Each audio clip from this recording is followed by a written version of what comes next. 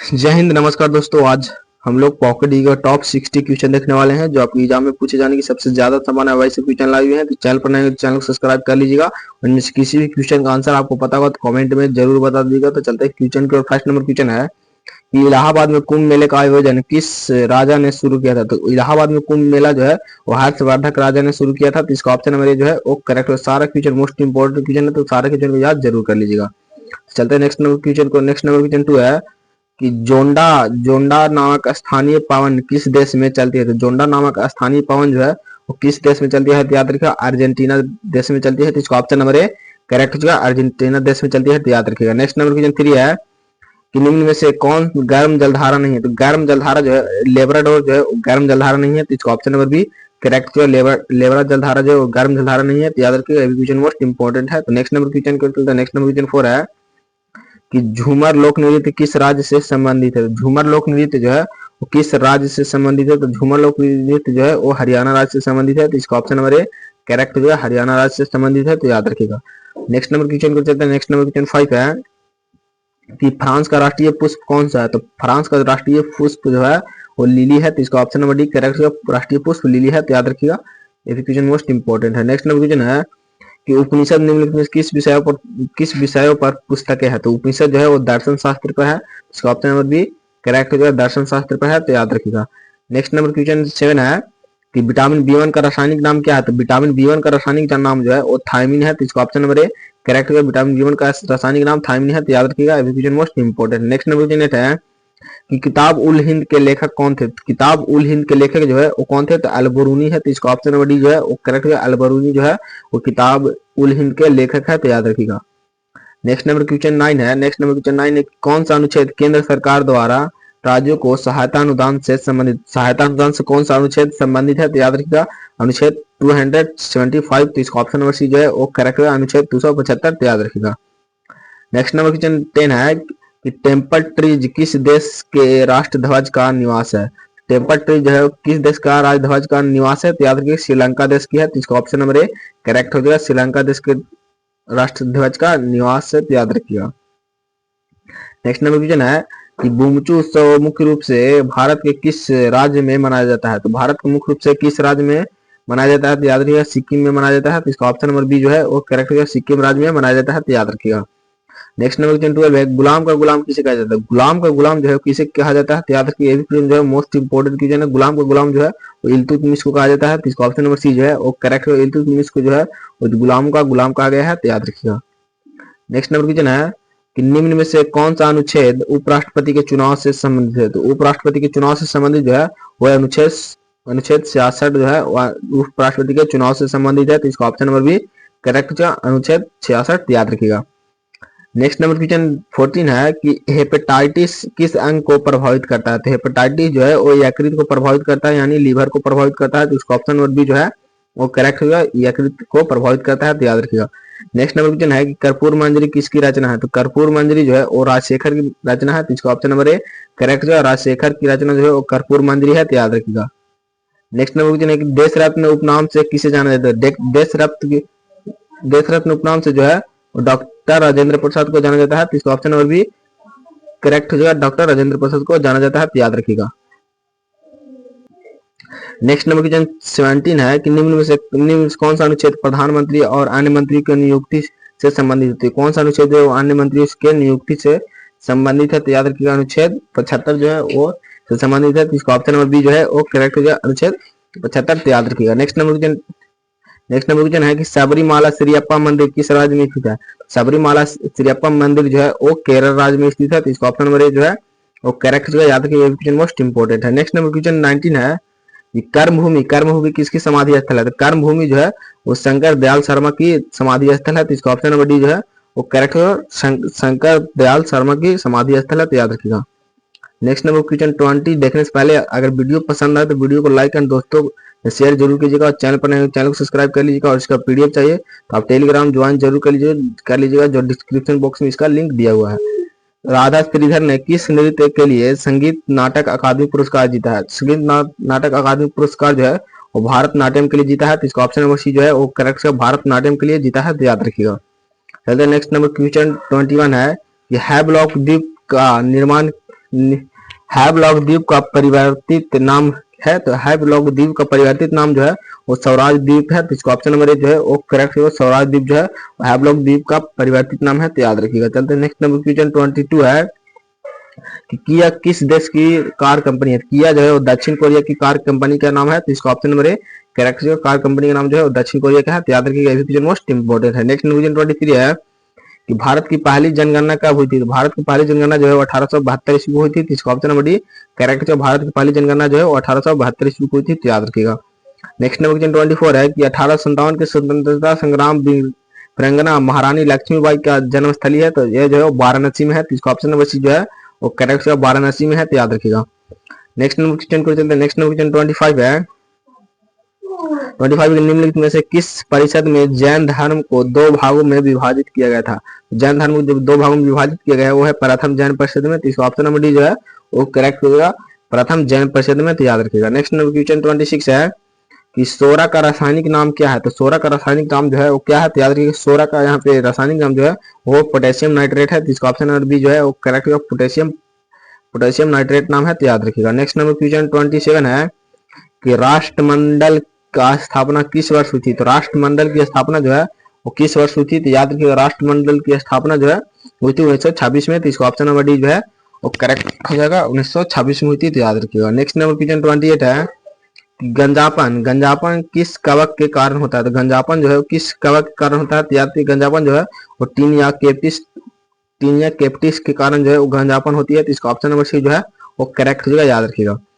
Next number question 29 है 29 की death of city किसकी रचना है। तो डेथ ऑफ सिटी जो है वो किसकी रचना है, तो याद रखिए डेथ ऑफ सिटी जो है वो है अमृता प्रीतम की रचना, तो इसका ऑप्शन नंबर बी जो है वो करेक्ट होगा, अमृता प्रीतम की रचना है, तो याद रखिएगा।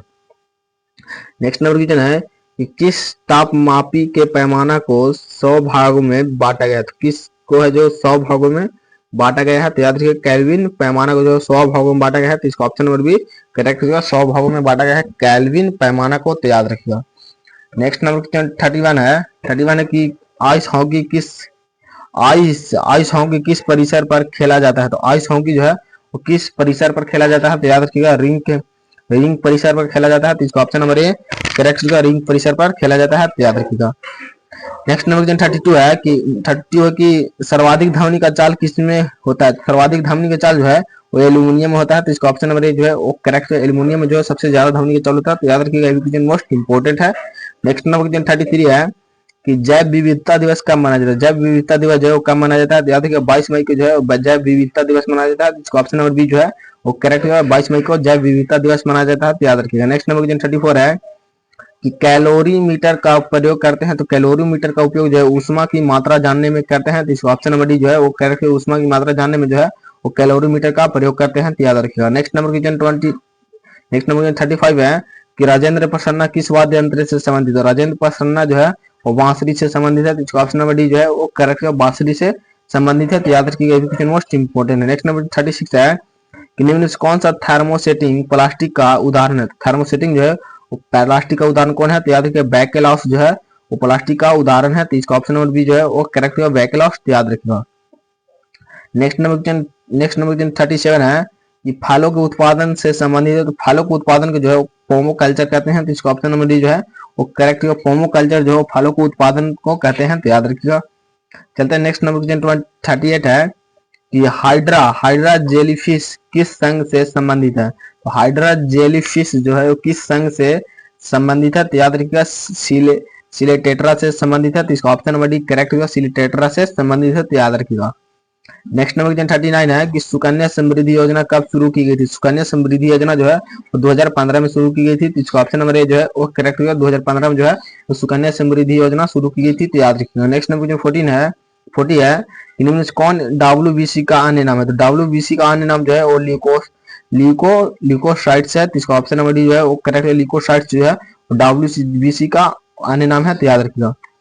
नेक्स्ट नंबर क्वेश्चन 41 है कि संविधान सभा ने राष्ट्रीय ध्वज को कब अपनाया था। तो संविधान सभा ने राष्ट्रीय ध्वज को जो है कब अपनाया था, याद रखिएगा मई 1949 को अपनाया था, तो इसका ऑप्शन नंबर डी जो है वो करेक्ट है, मई 1949 को अपनाया था, तो इसका ऑप्शन नंबर ए करेक्ट हो जाएगा, याद रखिएगा। नेक्स्ट नंबर क्वेश्चन 42 है कि निम्न से कौन केवल पुरुषों में पाए जाने वाला हार्मोन, पुरुषों में पाए जाने वाला हार्मोन जो है वह टेस्टोस्टेरोन। तो इसका ऑप्शन नंबर सी जो है वो करेक्ट। पुरुषों में पाए जाने वाला हार्मोन जो है टेस्टोस्टेरोन है। तो याद रखिए क्वेश्चन मोस्ट इंपोर्टेंट है। नेक्स्ट नंबर क्वेश्चन है, किस देश की प्रमुख समाचार एजेंसी है? किस देश की प्रमुख समाचार एजेंसी है? तो याद रखिए फ्रांस की। इसका ऑप्शन नंबर बी जो है वो करेक्ट हो जाएगा, याद रखिए। इस क्वेश्चन में थोड़ा सा मिस प्रिंट है।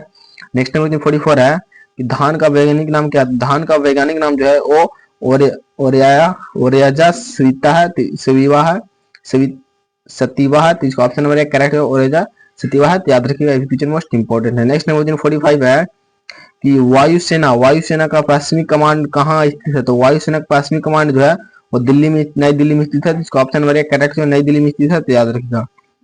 नेक्स्ट नंबर क्वेश्चन 46 है कि किसे किसे क्विक के सिल्वर के नाम से भी जाना जाता है? किसे जो है क्विक सिल्वर के नाम से जाना जाता है? तो पारा को जो है वो क्विक सिल्वर के नाम से जाना जाता है। तो इसका ऑप्शन नंबर बी जो है वो करेक्ट हो जाएगा। पारा को जो है वो क्विक सिल्वर के नाम से जाना जाता है। तो याद रखिएगा।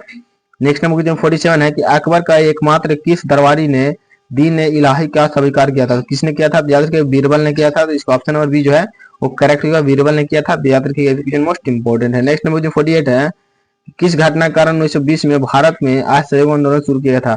जालियांवाला बाग हत्याकांड जो 1919 में हुआ था, इसी कारण से जो है 1920 में असहयोग आंदोलन हुआ था जो महात्मा गांधी किए थे। जालियांवाला बाग हत्याकांड 13 अप्रैल 1919 ईस्वी को हुआ था, पंजाब के अमृतसर शहर में हुआ था। तो याद रखिएगा। नेक्स्ट नंबर 49 है कि हाल ही में आयोजित डेविस कप 2024 का खिताब निम्न में से किसने जीता है? तो याद रखिए इटली ने जीता है। तो इसका ऑप्शन नंबर एक करेक्ट है, इटली ने जीता है। तो याद रखिएगा।